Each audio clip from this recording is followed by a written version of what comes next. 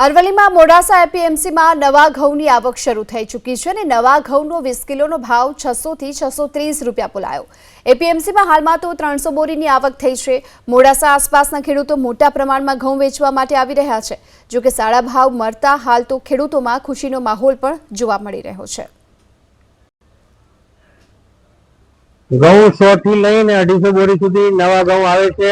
Market yard में खेडूतोने 600 થી લઈ 640 રૂપિયા સુધીના ભાવ મળી રહે છે, જે બદલ અહીં ખેડૂતોને અત્યારે હાલ સારા પ્રમાણમાં ભાવ મળી રહ્યા છે। જો કે માર્કેટ યાર્ડમાં આજે ઘઉં લઈને આવ્યો હતો, જેનો ભાવ મને રૂપિયા 628 રૂપિયા ભાવ મળે છે, જે મને આનંદ છે, સંતોષકારક પૂર્વક।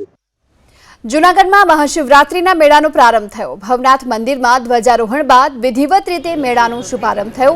જૂના અખાડા, આહવાન અખાડા, અગ્નિ અખાડામાં ધ્વજારોહણ કરાયું। આ સમયે મોટી સંખ્યામાં સાધુ સંતો ઉપસ્થિત રહ્યા, સાથે કલેક્ટર સહિતના ઉચ્ચ અધિકારીઓ પણ હાજર રહ્યા।